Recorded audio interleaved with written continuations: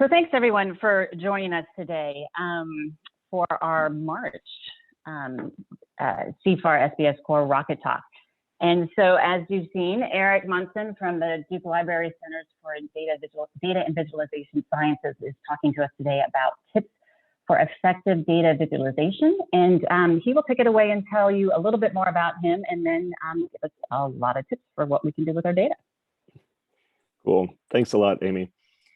I will go ahead, start sharing my screen. So like Amy said, my name is Eric Monson. I work in the Duke University Libraries. I am a visualization specialist, but even though I'm in Duke University Libraries, I help people all over campus. I help people on MedSide and professional schools and the regular university. My background is actually, my PhD is in applied physics. I did a lot of biophysics, a lot of fluorescence microscopy, different things like that. But I spent 7 or 8 years here at Duke working on grant-funded projects, doing data visualization in computational immunology, math, art history, a lot of different areas. And then for the last 5.5 years, I've been working in the libraries. I'll tell you more about our center and how to get in touch with us, what we do at the very end. But first, I'm gonna throw a lot of stuff at you. And it's some basic principles, some things to think about when you're visualizing to try to make your work more effective and help people see the patterns in your data. So let's start out. Oh, and just so you know, this bit.ly link I'll show at the end as well. This is a PDF of the slides that I'm going to show. In a bit.ly link, capitalization matters. So SBS Core Viz Spring 2021. Let's start out with just a definition of what is data visualization. To me, it's very broad. Okay, it's anything that converts data sources into a visual representation. We usually think of charts and graphs and maps, but even a table is a visualization of data. So why don't we just use tables?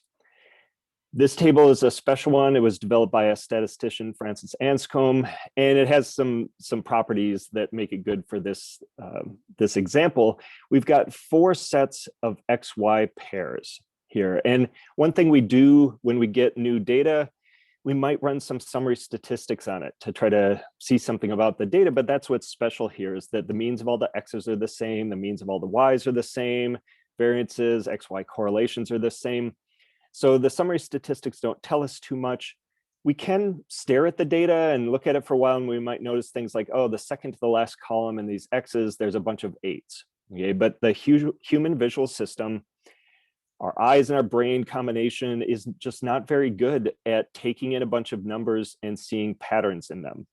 But when we take these numbers and use them to offset marks along common axes, in a fraction of a second, our brains can see that these patterns are very different than each other. So on the upper left, we have what looks like maybe noisy data around a line. If we fit a line to that, it might tell us something interesting about the data. But on the upper right, we obviously do not have a linear relationship between X and Y. So we can fit a line. Our software will let us do that, but it's not necessarily appropriate or going to tell us something important about the data. On the lower left, we've got what looks like data really tight around a line and then one outlier.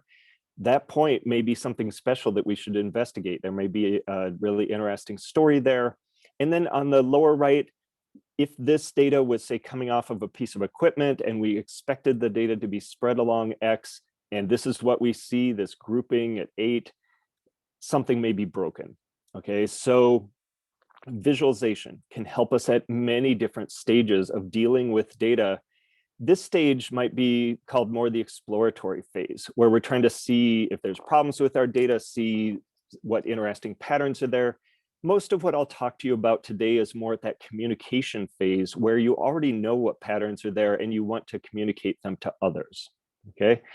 So when we're trying to build visualizations, the places that we start are kind of the marks we use and how we put them together into simple visualizations.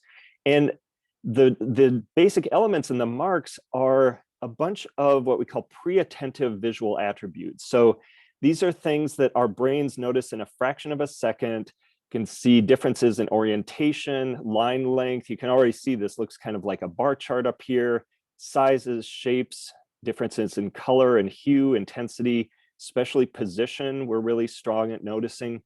So we're going to use these as our building blocks.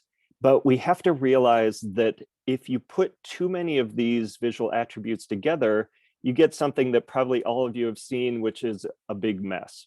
Okay, there are too many colors and shapes here, even though we have positions to really tell any particular story. And so what you're going to see as I go along is we're going to use kind of just fewer of these visual attributes, choose certain ones, choose certain stories to tell that particular story with this particular figure, and that's going to lead to more effective communication. The other thing we have to think about when we're building these visualizations is that people have done studies on which types of visual encodings were better at kind of quantitatively perceiving patterns in. So I have a scale here that was published where we've got more effective things at the top and less effective things at the bottom. Encoding magnitude, so like numbers versus identity, like categorical variables. So if we look at these magnitudes, we're really good at positions and lengths along common scales, seeing differences here. We're okay at kind of line lengths that aren't necessarily along a common baseline. You get down here and we can tell differences in areas and differences in colors, but we're not as good at quantitatively comparing those. So it doesn't mean we won't use them. We just have to realize that we're not quite as strong at making numerical comparisons, that we're really good categorically at kind of spatial regions and okay at colors as long as there's not too many. So we're going to combine these things together. Now, people ask me what sorts of visualizations they should use. I'm going to show you a bunch of variations in a second, but based on what we've just seen, this is the reason why the classic visualizations are classic, is because we're pretty good at perceiving patterns on them. So if you have a category and a number, so I have here like locations within the library and say the average temperature over the year, a bar chart is a perfect place to start with a category and a number. Okay, we can tell just slight differences in bar length. You should always start bars at 0 because of the way that we compare them. We kind of compare ratios. And so if you don't start at 0, it's going to distort the patterns. If you have a date or a time and some sort of number, a perfect place to start. And again, you don't have to end here, but a place to start is a line chart. Okay.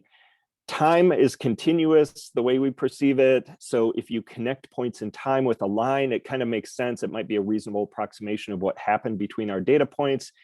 And you can put multiple lines on the same axes. And lines and points on scatter plots and line plots, they don't necessarily have to go to 0 with the way we compare them. So you can kind of zoom in more safely on your data range. If you have two numbers, two numerical variables you're comparing, you want to see maybe correlation between them, really start with a scatter plot, because we're actually pretty good. Humans are good at judging even numerical correlation, looking at how kind of just spread out and random a pattern is versus how it's kind of compressed into a line. So start those with a scatter plot.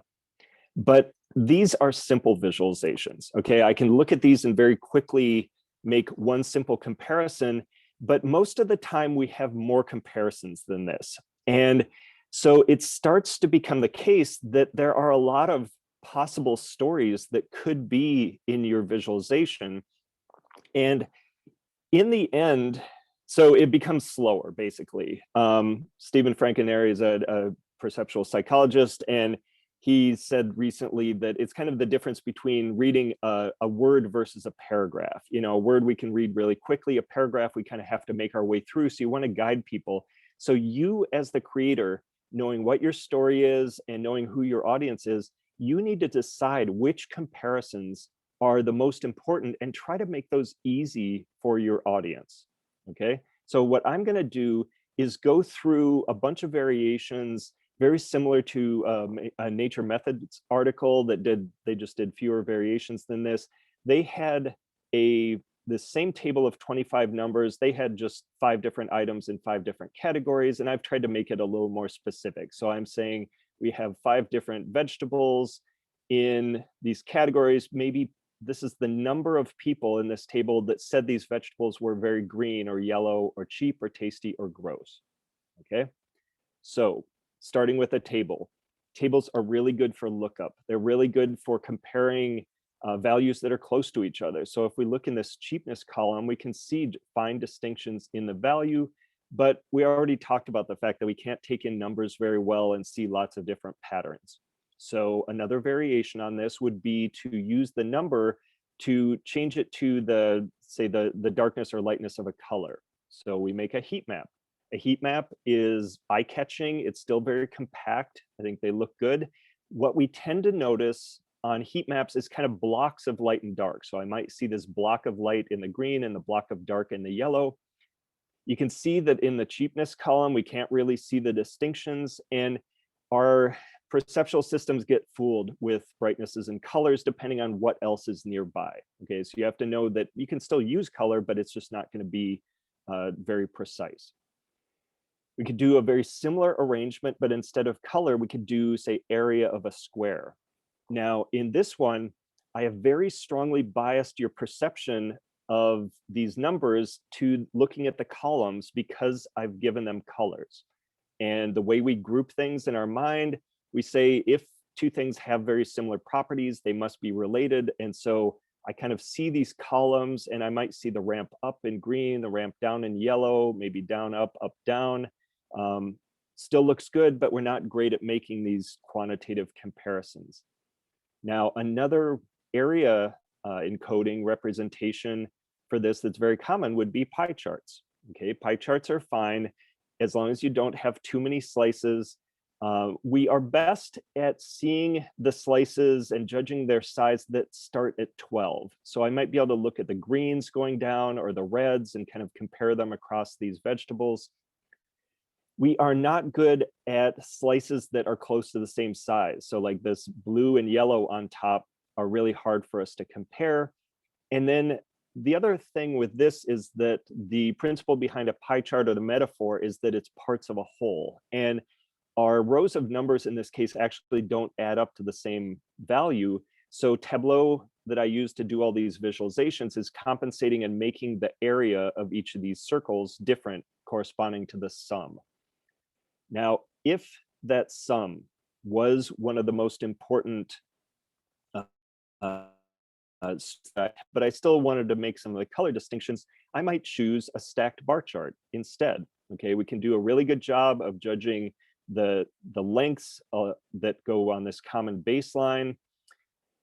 It looks good, but again, we're not good at kind of these blue-yellow comparisons here because the bars don't have a common baseline and they're close to the same size.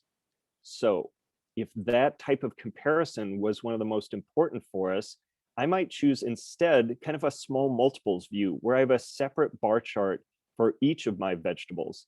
Now we can make these blue-yellow comparisons, even though it's only a small difference. And this sort of arrangement has the advantage that I can make some comparisons up and down still as well. It's not quite as easy, but it's still available. And I would say contrast this with the more common grouping, which is having all of the sets of bars horizontally.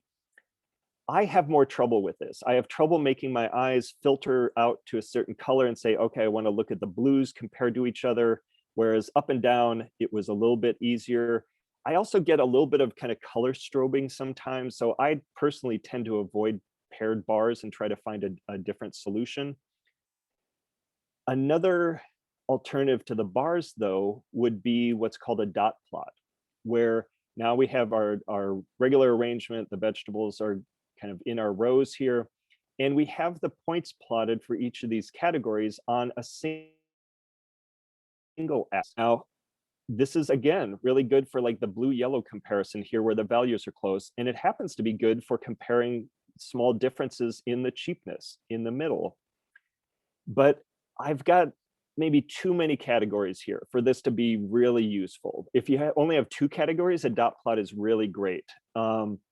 Here I have some trouble seeing maybe the patterns in the blues and the reds and the greens and the yellows. So I could cheat it a little bit. I could change the aspect ratio so it's not quite so stretched out. I could connect these with lines to help guide our eye.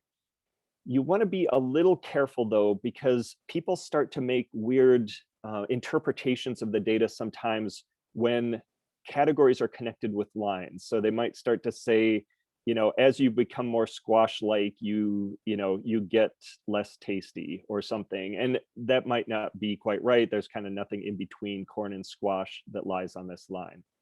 So if these comparisons within the different categories were the important ones, I might do the kind of the alternative small multiple representation, kind of like I had with my squares at first, but now they're bars. Okay, I can make really good comparisons even in the cheapness. I can see the patterns down and up over here. I can still make some comparisons across, but this is really good for within the categories across the different vegetables.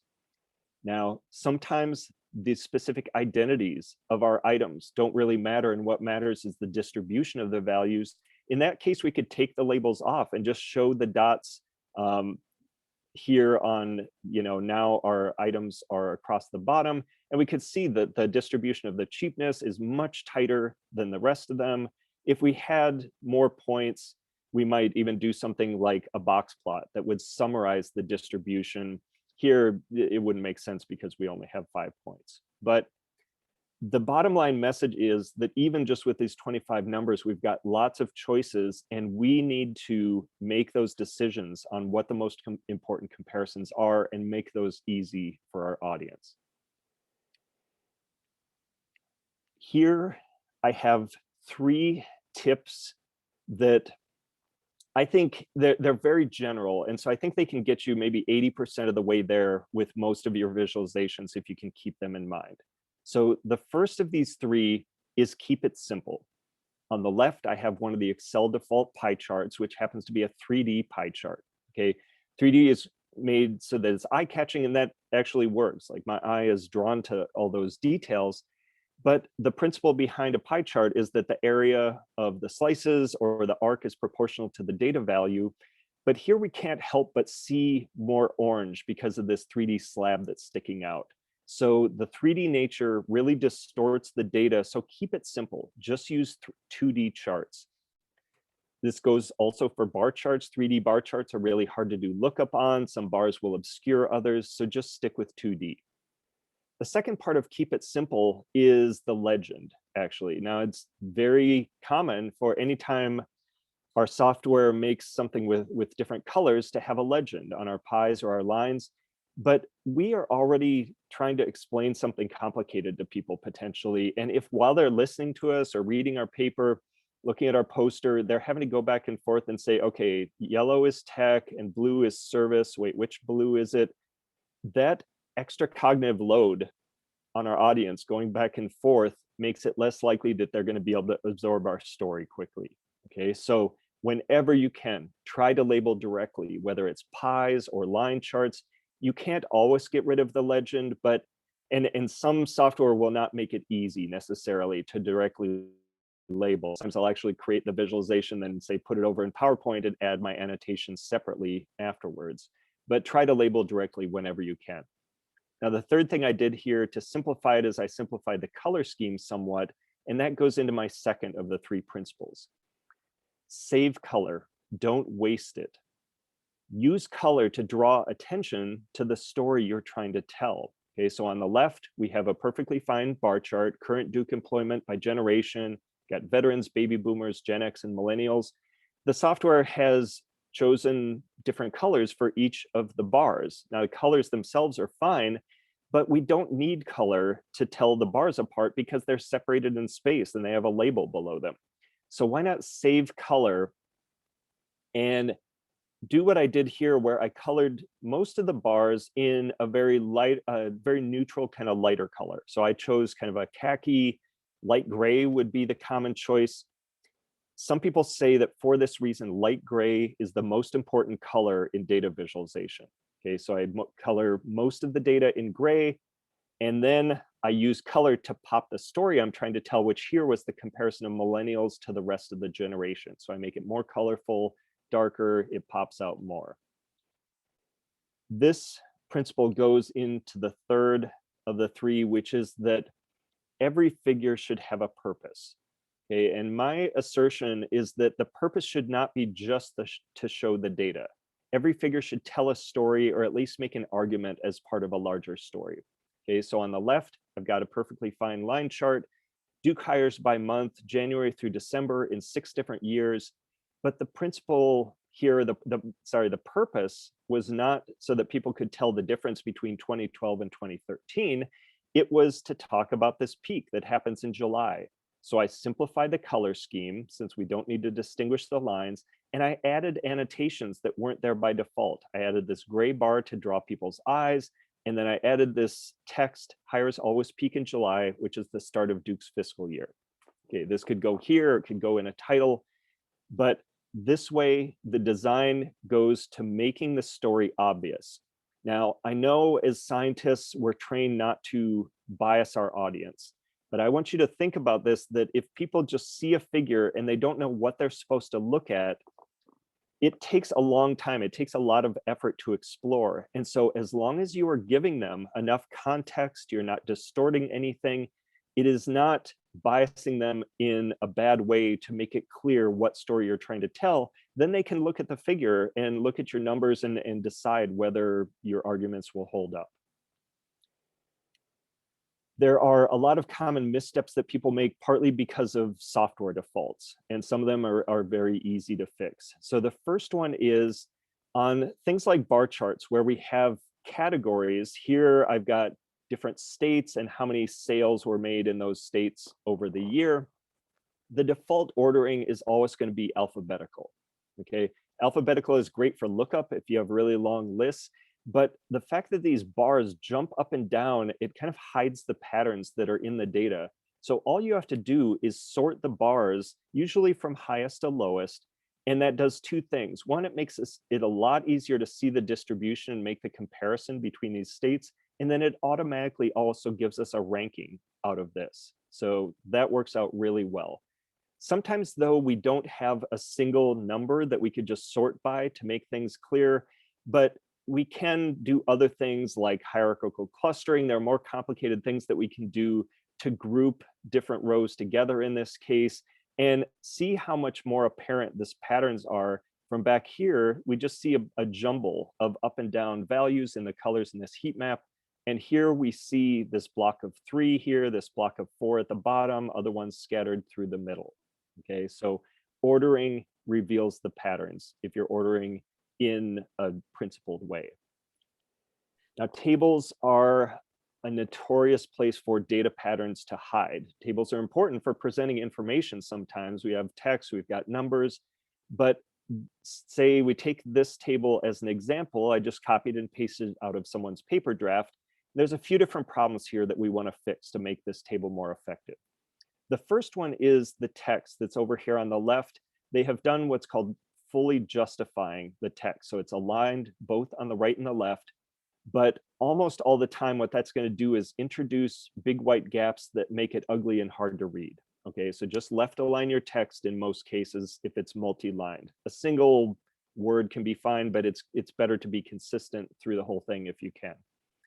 The second thing that pops out to me here are the grid lines. Okay, our eyes are really drawn to high contrast horizontal and vertical lines. But what we want people to see is what's in the cell, not the dividers between the cells. So we need to do something about the grid lines. Then finally, the important values are in these last 2 columns. And not only are they not very visual, so it's a little harder for us to make comparisons, but each one has the value, then comma, p equals, and the p-value here. Now, the p-value is fine. It's giving some context for the statistical significance, but we've got a lot of visual noise here that makes it hard to see the values. So I took this table, I copied and pasted it into Excel, and it's not perfect, but I went from this to this. Okay, I left aligned the text, much easier to read.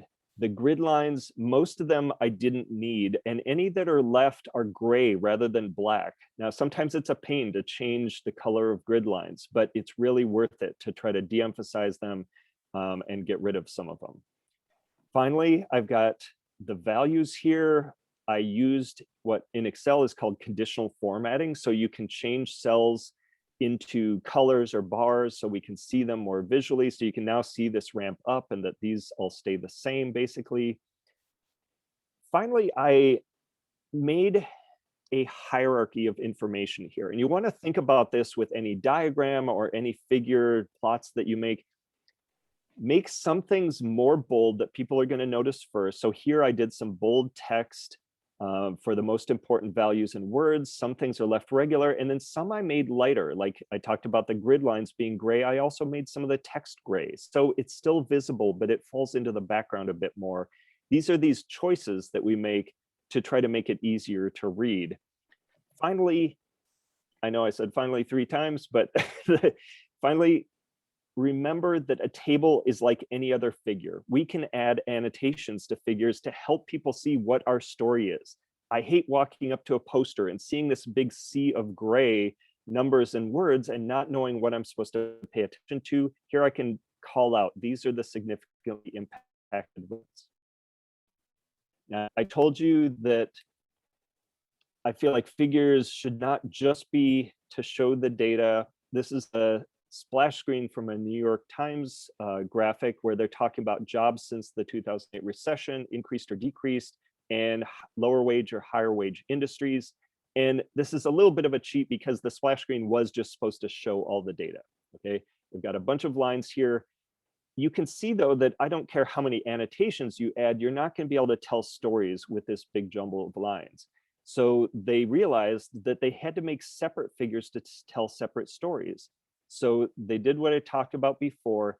They left the axis ranges the same and left a bunch of the data in to provide context, but they changed most of them to light gray. And then the colored ones that are left, say in the medical economy, they added some extra annotations to tell this story.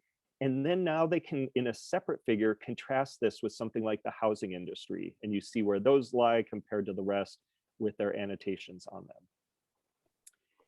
I also want to say that besides trying not just to show all the data, I think there are some figures that people are used to seeing that just don't do anything. And so I would like you, where you can, to push back against this. I feel like this figure that's very common in microbiome papers is expected to be there, but it's really hard to tell any particular stories with it. And so if you can substitute some other figures that would tell certain stories more clearly, I think that would be a good effort. Now, the other thing that this shows is that my next point, the color is tricky, okay? I'm just gonna say a few things about color. I'm pointing out some blog posts by Lisa Charlotte Roast, who I really love her work on Data Wrapper, which is also a visualization tool, but they have a good blog. She talks about avoiding pure saturated colors that are either like too bright, so they're kind of painful to look at, or they are sometimes really perceptually too different so that some get highlighted over others. So use less saturated, more muted colors. Most software these days has this built in by default, but I want to bring out this point because there are a few packages that don't. So Prism is one that still has kind of pure saturated colors and really deep dark blacks as the default. And so I would urge you to try to move away from that. I can guide you towards other colors if you want. There are some business intelligence tools that are kind of legacy that still have what I would say is pretty bad default colors, and you want to try to move away from that. The other thing you want to try to do when you can is choose good categorical colors. So remembering that categories are better represented by different hues and lightnesses, not a ramp of color. A ramp of color is really good when you have a sequential kind of ordinal or sequential kind of bins in numbers. So if you have years or ranges like that, do a ramp, but individual categories should be different hues and lightnesses. And then when you can, try to stick with consistent colors for categories. So here on the left, we've got red is UK, blue is China, but then in the plot below, red is China and blue is Germany. Now, what this does is you're teaching people early in your paper or your report or your poster how to read these visualizations. And if they move to later ones where you've changed the colors around, they have to kind of unlearn what you taught them earlier. And so it just makes it a little harder. So in the right-hand side, China is blue in both of them, and then they've done separate colors for UK and Germany. Now, I don't know how many of you are doing heat maps for values to color, but I want to just point out quickly that rainbow color maps are pretty bad. Okay, they used to be the default in MATLAB and a lot of different products. They have a few different problems. One is that we don't have a natural ordering in our brains for the rainbow colors. We can memorize Roy G. Biv, but that's not going to help us when we see the visualization, whereas ramps of lightness and darkness are really natural for us. But I think maybe the worst problem is that rainbows make the data look striped when it's not. Another thing we want to be careful of is red-green opposition, because it's a very common color deficiency. So stick with, if you're going to do opposing colors, red-blue is a good one. There's a bunch of other ones too. But also remember, if you have a color map for a numerical scale that has kind of a 0 in the center or a natural middle, you might want to do a diverging color map that has two different colors on both sides. Now, this is for visualization. When I go, my talk here is more about data visualization, but when I'm doing posters and slides and I want to do different colors, I rely on designers to tell me what colors go together. So I'll do things like go to the Duke branding guide, which has not only the Duke blues, but it has this nice extended palette that goes with the brand, but it has a set of colors that are bright for highlights and a set of more muted colors for these background items. Any school, any business these days will have these sort of branding guides. Now, text can also be tricky. Basically, you want to keep it to a minimum and make it easy to read and have it help tell your story. Okay, so if you have things like diagonal or vertical text on bar charts, if you have long labels, try to make them horizontal. It's just really hard for us to kind of read sideways. It might be hard for us to see which bars the text is associated with. We're fine seeing horizontal bar charts. So just keep that longer text horizontal.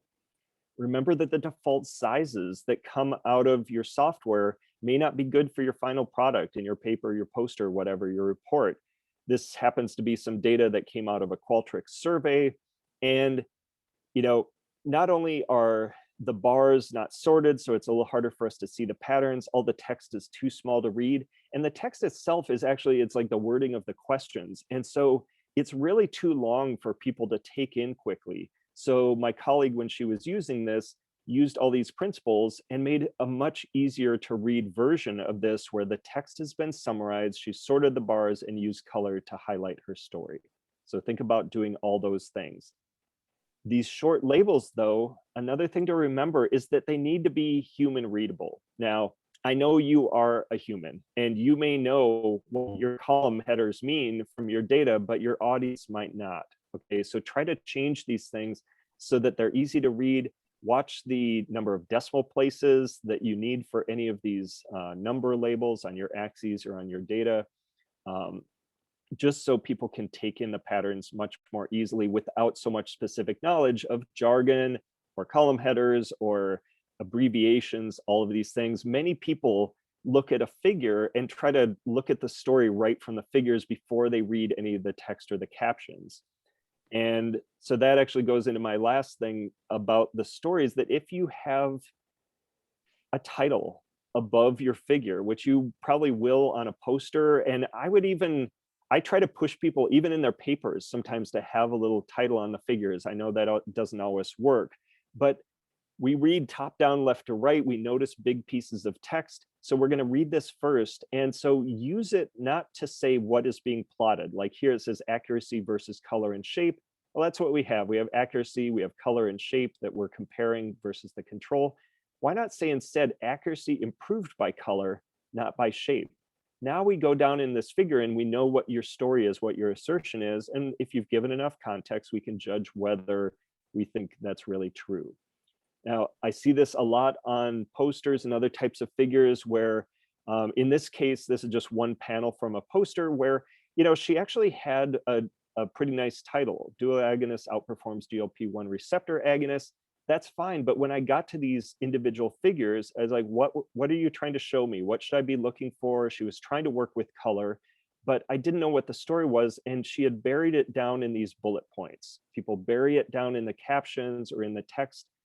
On revision of this, she not only cleaned up the alignment, made it look a little bit more professional, but look at these titles. I know they're still a little long, but there's a lot less text on here overall. And she has things like agonist-treated group responds to glucose spike more efficiently than an equimolar dose of this other thing. So now I know what she's trying to compare. This results in significantly lower body weights compared. So now I know whether bigger or smaller is better, all of these things right from the title. All right, I know that was a lot of things that I threw at you all at once. What I want to do at the end here is a little interactive exercise. I think there's, I don't know how many of us there are right now, but there's not that many. And so what I would like you to do is go through an exercise with me that I do with groups of people. I go into classes, I will meet individually with people and I'll do critiques. We will do them together. And I think it's a great way for everybody to learn, because you really don't get better at visualization. Like, you can learn how to use tools, okay? That can be complicated, but in some ways that's the easy part. What is harder is getting your visualizations better. And to do that, you need to get feedback on them. You need other people to read them and see whether the story you're trying to communicate is really coming across. Okay, so what we're going to do in a second is look at a published visualization. This one came in my email a couple months ago. It's from Durham County. And I always run the critique sessions, the feedback sessions the same way. Okay, first we will start with what is working well. What do you like? What areas have they not made any mistakes on? Okay, partly we do this because it might be people in the room who have worked on this, and it might take you 10 hours to get your first draft of your poster or your figure. Okay, so we want to, be a little careful of people's feelings. But the other principle is that I want you to get better at articulating what's good as well. So if you see a good visualization out there, you won't just say, oh, that's great, I wish mine were like that. You can start being able to articulate what is different about that so I can use it in my own work. Then after we've done that part of what we like or what's working well, I will tell you, okay, now it's time to get some feedback on what's not working as well, what's not as effective as it could be, and what are some ideas for variations we might try to see if they make it better. Okay, and then sometimes you have to just try those variations and see if they do improve it or not. So I have a few different variations on this particular figure that I'll show you afterwards, just so you can see the difference for yourself. All right, so you can do this by, I think, we have a small enough group, you can unmute yourself and tell me things. You can raise your hand if you want to. You can put things in the chat. Any of these will work just fine. Here's the visualization. We've got average satisfaction rating for major categories of service, county versus large US average in 4 different years. Look at this for a minute and tell me what you like, what you think is working well, what they just haven't made mistakes on, any of these things.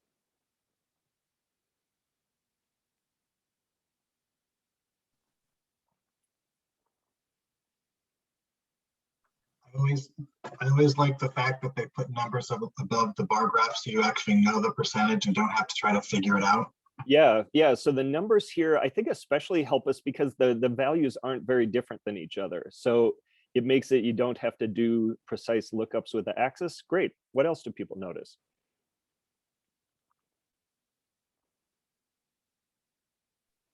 The title is just very general. It's not telling a story about.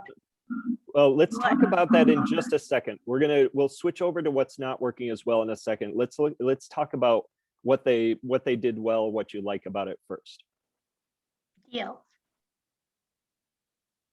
That they put numbers in order. Mm-hmm. Yeah, so the numbers are in order. We got the years are in proper order. I've seen things where categories were out of order. Yep, great. What else do you see? Let's get a few more things that you like first.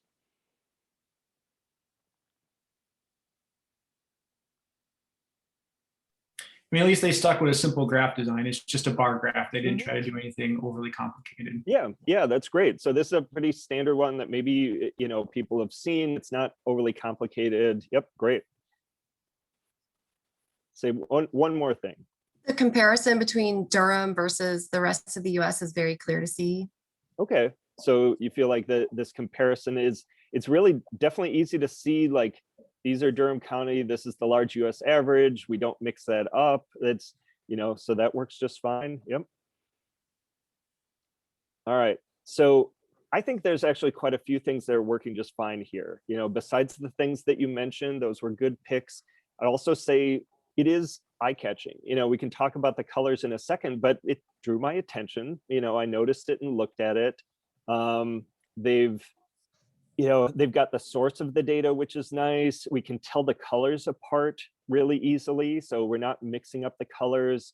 They've bolded this last one, which I think is an effort to tell a particular story. Like, this is the most recent year, so they've put some bold here. I think grid lines can be good for trying to do lookup far from the axis. Now here they have the values here, so it's not as important, but I think it doesn't hurt to have some grid lines. They've told a few data, a little bit of information about, what they're trying to do, how the data is there. There's a bunch of stuff that is just fine. They didn't like screw up and have different font sizes for the axis titles or something like that. There's a lot of things that can go wrong. Okay, now let's talk about, what's not as effective as it could be, and what might some ideas be for different things that we would try. So yeah, Sherry, I think you talked about the title. Say that part again. Well, there's actually two parts. I thought a little more. The Okay. title doesn't tell a story, like, something about that things are very similar. And the other thing is that the by percentage, I can't read it now. Maybe, Right. if you had it up on something bigger, but, in a manuscript, I wouldn't be able to. Yeah, that might Read end it. up too small, or even in people's email, that might, shrink down so it's not easy to read. So yeah, I agree.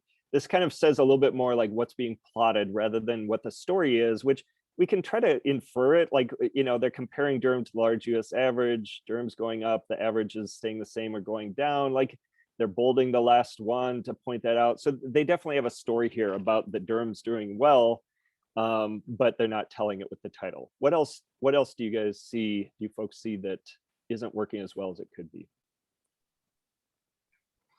I find the colors almost shocking, kind of just alarming to my eye.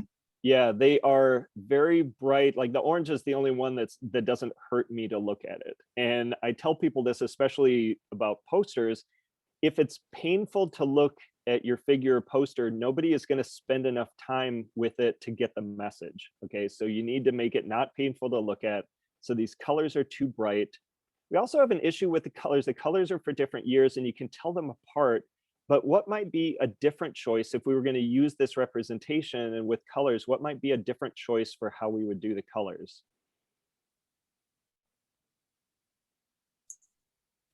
Use gray and increase the darkness, I guess. Yeah, so something like that. Yeah, I think what I would go with is something where you have kind of a ramp, and exactly how you said, kind of get darker as you go.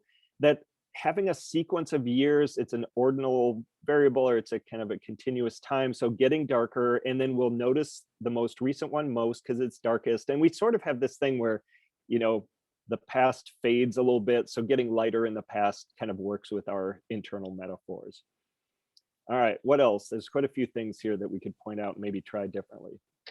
I can't say particularly I don't like, but when I look at the figure, I don't know what the message, because the percent go from 2016 to 19 from 50 to 55. Is it significant? Is it really important? Yep. I can't say what's important right now. Yeah, so definitely they should be getting across what is the story, what's the message, much more clearly. That's a good one. I would. Sorry, you can go ahead.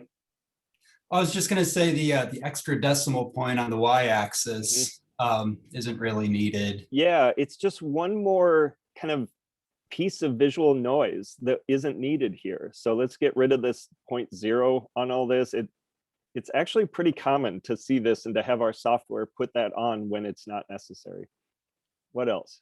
I think the basic rule of when you're trying to show changes over time, which is what this is, that, although the, box plot here is simple, like a line graph showing time as the x-axis would probably be more informative. And just yeah, I think that's definitely would be the first thing I would try. And I think it's going to end up being more effective at showing the comparisons, because the two lines that overlap and you can see the comparison directly. Whereas here, we have to jump back and forth here between the two groupings. And it's not too hard to see the trends within one of the categories. So within Durham and within the large US average, but we're making this comparison between Durham and the large US average harder than I think it needs to be. So we could try a line plot. There are other variations I'll show you that we could try to make those comparisons a little more easy. Anything else that bothers people? Well, what bothers me, because I didn't understand what the message is, I started reading it. So when I read this tiny print, by percentage of responders who rated item as 4 or 5, excluding don't knows. So that thing, excluding don't know, but did you also excluded 1 through 3? Right. So that made me think, what do they mean by this? Yeah, so I think this is written like more specifically for people who run survey studies. Like they may know a little bit more, and they're not being, there also may have been some other texts that went with this that describe their methods in more detail, but I would say this isn't super clear. And it's, they don't say things like, some people that are reading this goes out to, potentially everyone in Durham County. Some people may not know that like 4 or 5 was the best on a Likert scale or something. That may be like the, satisfied and very satisfied, but they may not know that that's what that means. So this is getting a little too jargony, and it's not even completely clear for the technical people. Anything else before I show you some other variations?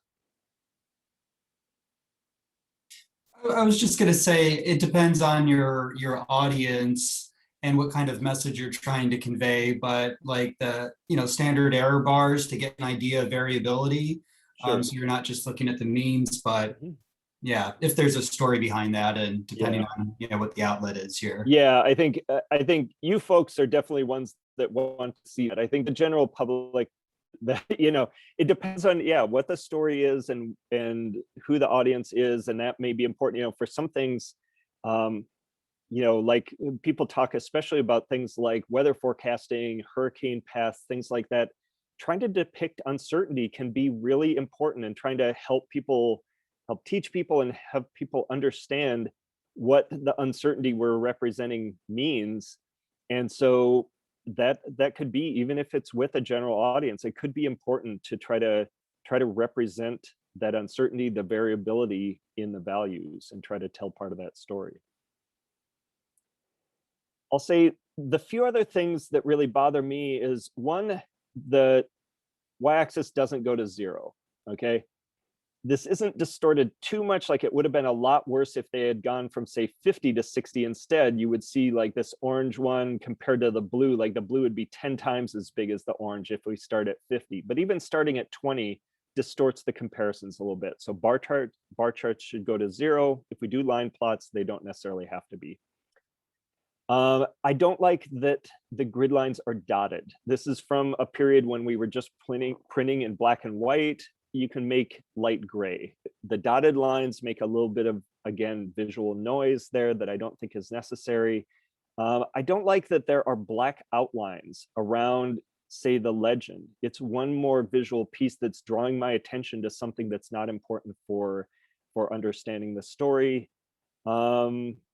I'd say most of the other things that bother me, you folks caught.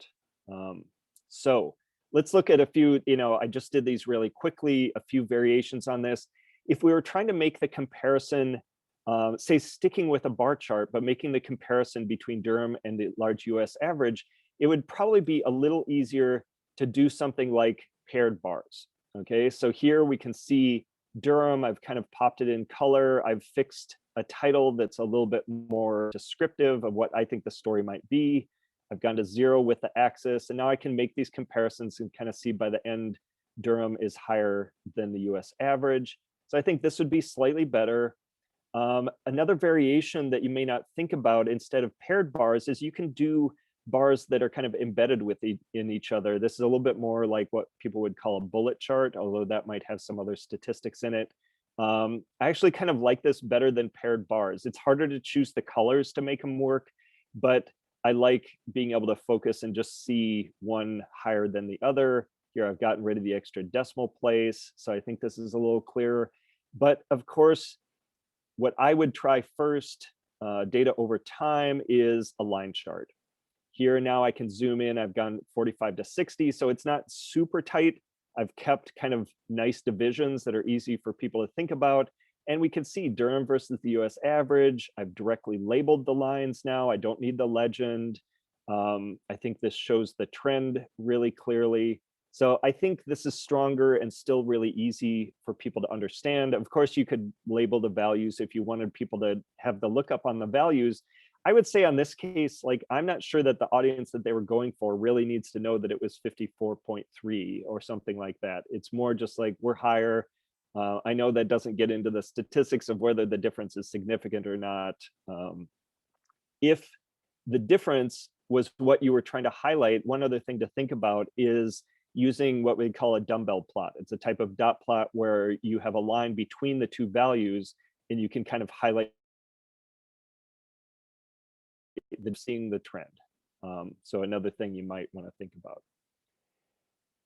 Okay, that's all the variations. That's all my principles. I just want to tell you quickly at the end a little bit more about the Center for Data and Visualization Sciences. There are 7 of us. You see our website here. There's 7 of us that cover 5 different support areas. So we try to help people find published data sources like census data, things like that. We cover some data science topics like teaching some R, lots of R, a little bit of Python, data cleaning and rearrangement, not so much like a lot of data analysis because that gets to be a lot more field specific, but kind of general data science stuff. We have 2 experts in mapping and geographic information systems. We've got 2 specialists in data management who can help you throughout the research lifecycle, from when you're putting in a grant proposal and you need a data management plan, to, during the body of it, when, how to collaborate better, how to name your files effectively, how to do backups, things like that, to the end where you may need to share your data in specific ways to comply with funder mandates, or you may want to get credit for your work and for the data itself. So they can help you with all of that stuff. And then my specialty is data visualization. When I'm consulting with people, I will listen to their story, to look at their data and help brainstorm about what might be the best visual representation. I might recommend tools or help you troubleshoot problems. Sometimes data needs to be cleaned or structured in a certain way so that it can be visualized or analyzed. So I can help you with that. And then, although I'm not trained as a designer, I look at people's figures and diagrams and slides and posters and help them try to make them more effective. Now, every semester we have quite a few workshops. We're getting towards the end of our kind of workshop season. We've got a few left here, but if you go to our website, library.duke.edu/data, there's a upcoming workshops tab that you can look at what's coming up soon, or there's an online learning section where we have a lot of recordings of past workshops. So you can click on a subject area and then click on a title, and it'll get you to links for different past workshops that we've recorded. But in the end, if you have any questions, you want to see whether we can help you on something, it's really easy to use our one central email address, askdata@duke.edu, and that goes to all of us. And then we can kind of see, based on what your question is, who might be the most appropriate person to help you. Here again is the link to the PDF of the slides, and it's case sensitive on that last part. I'll also say we have recently also implemented remote access to our physical lab computers. We have a lab in Bostock Library that has 12 kind of high-powered computers, dual monitors, and 32 gigs of RAM. And so now we have ways that you can access those remotely if that might be helpful for you. You can email that email address and get in touch with us, and just, yeah, keep in touch. Any questions you have, and I'll be happy to sit here right now and answer any questions you might have. Yeah, there's probably not enough time, but just very, very briefly, you've got manuscripts, you've got presentations, you've got proposals, any sort of very brief tips, if any, on variations across those types of products, or are they the same? I think there's a lot of things that are the same. I think that the main difference in my mind is the audience can be very different. And so you want to think about who that audience is, what their expertise is.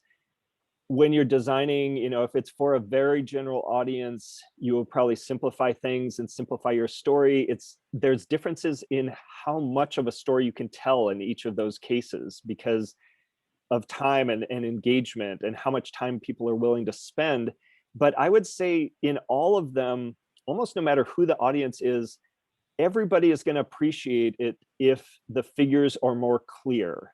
Okay, everybody, when they listen to a talk and they understand every slide, they feel smarter. They think you are smarter. Everybody feels good about that. So I think trying to put aside this urge we might have to show how much work we've done and how smart we are, and really making a clear, simple story in all these cases really goes a long way, almost no matter who the audience is. And there's one quick question in the chat I think will be useful to ask, and it'll be a quick answer. Yeah. It says, thanks for the valuable information. Are there fees associated with the different services? Yeah, no fees for our services. It does mean, because we're trying to help everybody on campus, that we can't spend huge amounts of time with you. There are ways we can get put on grants in some cases if it will kind of help us learn things that will be applicable to other people. But in general, all the services are free, but that may mean that we can't spend huge amounts of time with any individual person. Right. Well, thanks very much, Eric, for joining. You can see from the chat, lots of people enjoyed this presentation. It's very helpful. And thanks, SBS members, for joining. We will post this on our YouTube page, and I'll send out the link so you can share it with your team members as well. So, great. Everyone, enjoy the rest of your day. Thanks for paying attention and participating, and maybe I'll talk to you all again another time. Thanks. Thank you. Thank you. All right.